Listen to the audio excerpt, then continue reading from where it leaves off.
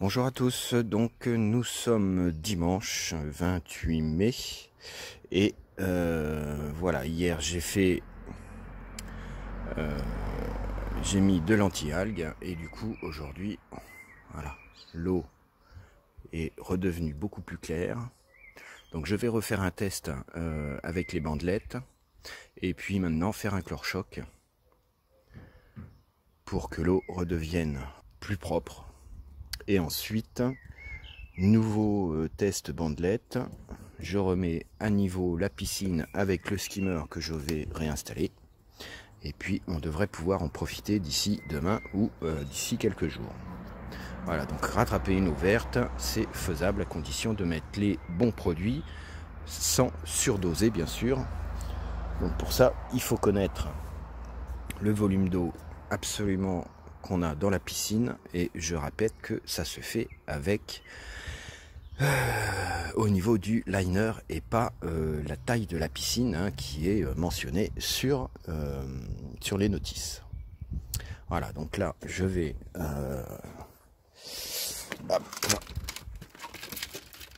voilà, je vais reprendre une petite bandelette pour voir si avant le chlore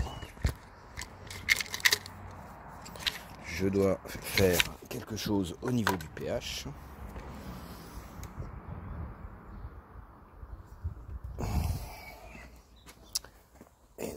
Hop, donc on trempe, on attend 2 secondes et on ressort.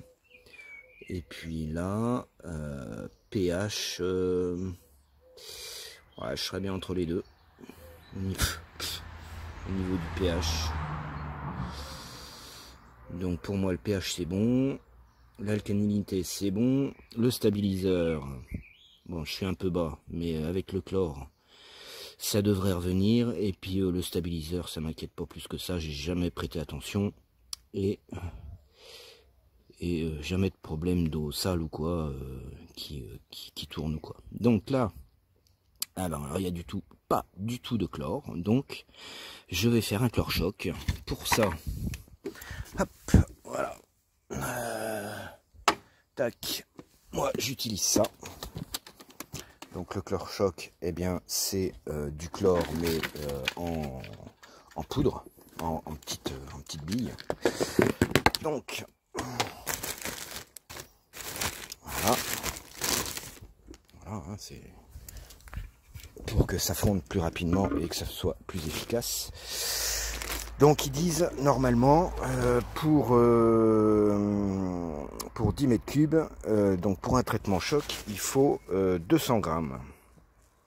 Voilà, et après, entretien régulier, c'est 50 grammes, tous les 3 jours. C'est marqué dessus, donc voilà.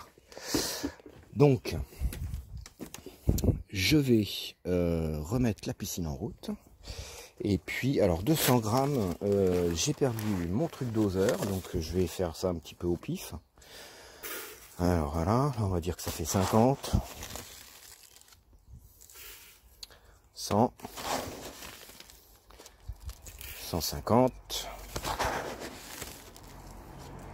200.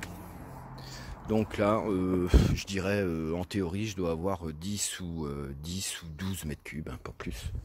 Donc, je vais mettre 250. Alors, l'avantage que j'ai de ne pas remplir la piscine complètement tout de suite, c'est que si je mets trop de produits, et ben, je peux du coup remettre de niveau.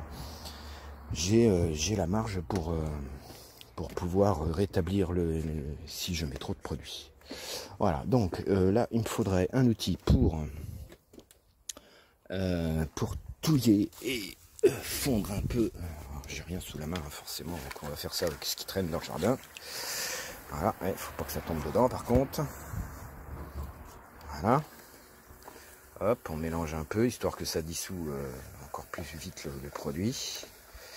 Donc même s'il y a des crasses dedans, je m'en fous parce que de toute façon après je remettrai le skimmer et du coup le skimmer fera son boulot. Je vais peut-être me mettre par terre parce que si jamais ça tombe, je mélange un peu histoire de dissoudre le truc. Ok.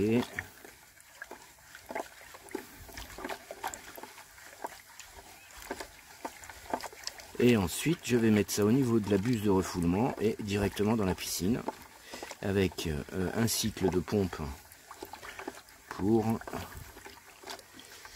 que ça se diffuse bien. Donc moi je fais des cycles de 4 heures, pas plus, ça sert à rien. De toute façon c'est une 8 mètres cubes et ma piscine fait 16 mètres cubes. En plus là elle est pas pleine, donc 4 heures c'est même largement suffisant. Hier j'ai vérifié les degrés au niveau de la piscine, elle est à 20 degrés. Donc au niveau des produits la température est bonne. Donc ça devrait agir. Donc on verra ça demain. Et normalement dans la semaine on devrait pouvoir en profiter. Voilà, donc de toute façon après je vais remettre la bâche à bulles. Donc moi j'ai une verte et donc plus costaud, j'espère qu'elle va tenir le coup. Par contre vu qu'elle est plus costaud comparée à la bleue, c'est impossible de la mettre toute seule. Donc pareil, hein, je me suis fabriqué un enrouleur de bâche.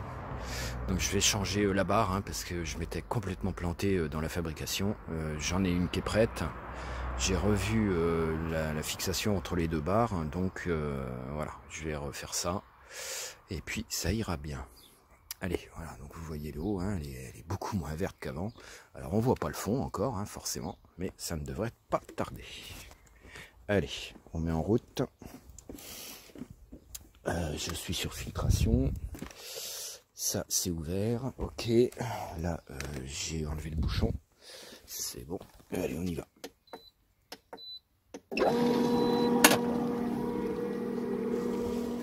Allez, on va jeter ça dedans.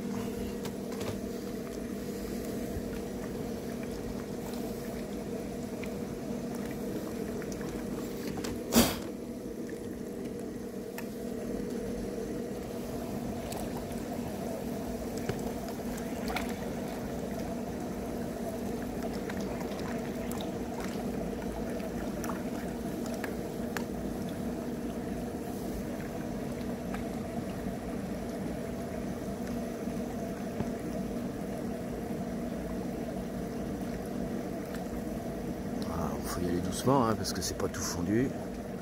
Alors il aurait fallu que j'attende un peu pour que ça se fonde un peu plus. Sauf que j'ai d'autres choses à faire. Mais normalement, vu que c'est des petits granulés, ça devrait pas abîmer le liner. Donc on y va progressivement. Hop. Voilà, on met bien sur la buse de refoulement pour que ça envoie le chlore-choc un petit peu partout dans la piscine.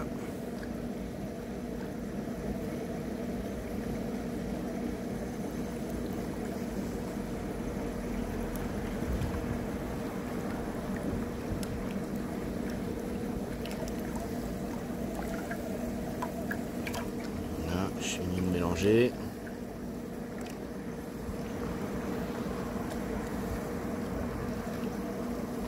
Voilà.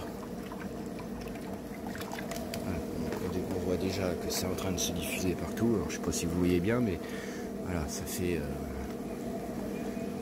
petit nuage voilà, de chlore là-bas. Hop, donc on va laisser tourner. Donc ça va même, voilà, ça va bien jusqu'au fond là-bas. C'est nickel. Donc il n'y a plus qu'à laisser agir et on verra ça. Nickel, nous sommes toujours le 28 mai 2023. La pompe vient de s'arrêter après un cycle de 4 heures. L'eau est redevenue bleue.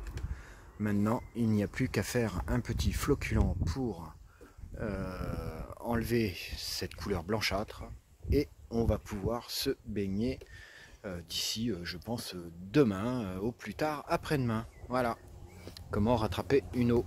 Et je vais la remplir maintenant au niveau du liner, remettre le skimmer et avoir une saison de baignade et en profiter.